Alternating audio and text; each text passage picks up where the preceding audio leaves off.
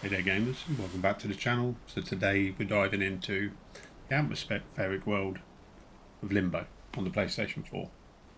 So if you've not played this indie classic yet, you're in for a real treat. Before we get into the game, let's talk a bit about itself, the company behind it and some of the interesting stats that might surprise you. So what's Limbo? Well, it's a puzzle platformer. It was originally released back in 2010 by a Danish indie studio called Playdead. So those guys really know how to create an atmosphere. Limbo, you play as a young boy who wakes up in the middle of a dark forest, on the edge of hell, hence the name Limbo. Your goal, find your missing sister, navigate deadly traps, solving puzzles, and avoiding some truly terrifying creatures. Trust me, this game doesn't hold your hand, no dialogue, no tutorials. You're thrown right into a haunting world and it's up to you to figure out how to survive. Let's talk about the masterminds behind Limbo. Playdead was founded by Ant Jensen and Dido Patty. They started out with pretty modest budget and had a vision that would eventually lead to the creation of Limbo. The game was actually inspired by Ant Jensen's own drawings. Wanted to create something that felt like a living nightmare, safe to say. They nailed it. What's even more impressive, Playdead's known for taking their time with the game. They worked on Limbo for over 6 years before it was released. The level of dedication really shows in the detail of the game. So, since its release, it's sold over 7 million copies across all platforms. The unique art style gameplay, haunting atmosphere, and challenging puzzles have made it a must play for fans of indie games and platformers alike. Get this, it's also won over 100 awards, everything from best visual arts, best indie game. It's clear Playdead's hard work has paid off in a big way. That's game one. Moving on to game two. So game number 2 is Flower on the PlayStation 4. A game that's much an experience as it is a game. So whether you've played it before, hearing about it for the first time, stick around because it's one of those journeys you won't want to miss. So what exactly is Flower? At first glance you might think it's just a simple game about control. Petals in the wind, so much more than that. Flower is a game that explores the relationship between nature and urban life. You control the wind, guiding the petal through environments, picking up other petals along the way, and ultimately breathing life into the world around you.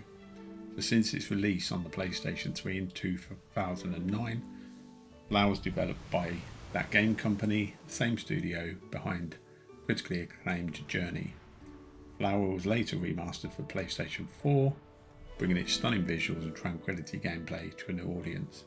It's often described as a playable poem, and once you give it a go, you'll see why.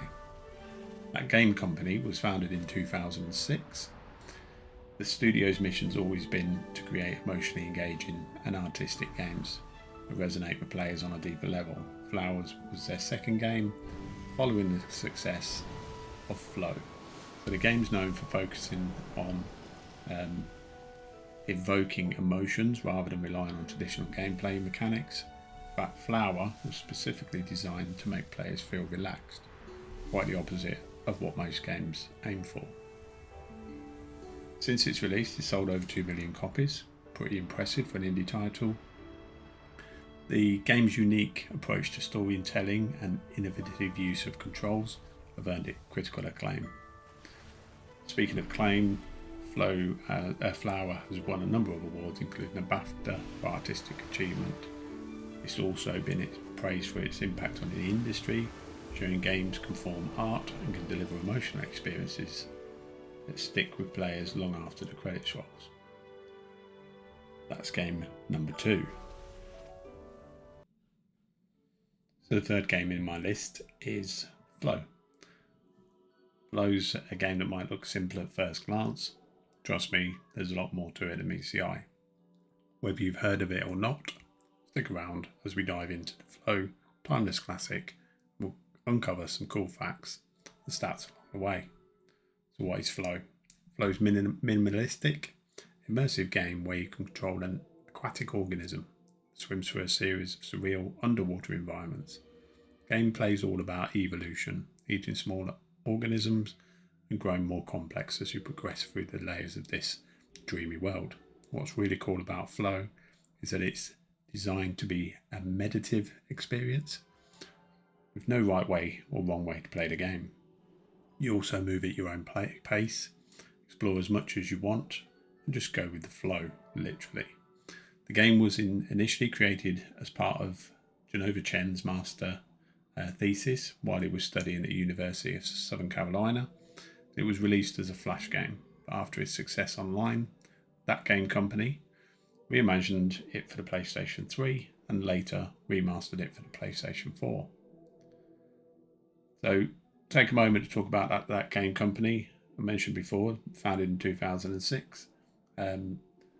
Flow was their first official release, and it set the stage of what was to come after Flow. They went on to do the video I've just shown you, which was Journey, both of which critically acclaimed titles known for their artistic vision and emotional depth. So let's talk numbers. Flow might have started as a humble student project, but quickly became a massive success. Flash version alone was played by millions of people online, which led to its adaptation for PlayStation platforms.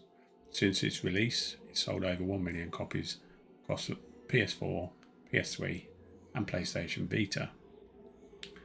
What's really fascinating is how Flow was one of the early pioneers of indie game movement on consoles, proving that small, innovative games could thrive alongside big budget blockbusters. It's also been praised for its accessibility, with simple controls makes it easy for anyone to pick up, regardless of their gaming experience. So Flow's perfect. It's all about relaxing, exploring, getting lost in the rhythm of the game.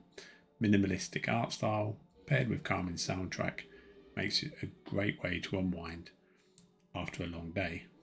Plus, Flow holds a special place in gaming history as a game that put that game company on the map. If you're a fan of indie games and you've enjoyed Flower or Journey, playing Flow is like back to the roots of what makes it so special. That's game 3. My top game coming up now. So my final game, and this is my number 1 game, is Inside. So if you're into games that blend eerie atmosphere, mind-bending puzzles, this one's for you. Stick around, it's fantastic. What's Inside? Well, if you played Limbo, you'll feel right at home. Inside's a puzzle platform developed by Playdead, same Danish studio that brought you Limbo, which was released back in 2016. The game's a spiritual successor to Limbo. It cranks up the tension to polish a whole new level. Inside, you play as a young boy navigating the dystopian world filled with danger at every turn. The game's story, intentionally vague and open to interpretation, only adds to its eerie atmosphere. As you progress, you'll encounter a series of puzzles that range from clever, downright disturbing, all while being pursued by shadowy figures and strange creatures. It's a game that's much more about experience as it is about the gameplay, and one that you won't soon forget. Playdead was founded in 2006, and it's the same company that was behind Limbo. Spent 6 years developing Inside, taking the time to craft a game that was even more refined and hauntingly beautiful. What's really interesting is Playdead, known for their minimalistic approach to game design, focus on the atmosphere and emotion and storytelling through visuals rather than dialogue or text. This approach has helped them stand out in the indie game scene, and I think you'll notice the similarities between Limbo and Inside playthrough. Limbo, very popular game. Inside, just as popular, sold over 2 million copies across all platforms. It's a huge achievement for an indie developer. It's not just about the numbers though. Inside's racked up more than 100 awards, Game of the Year awards, and it's been praised for its stunning visuals, masterful sound design, and of course, unforgettable atmosphere. The game's ending alone is something that people still talk about and debate years after they've finished it.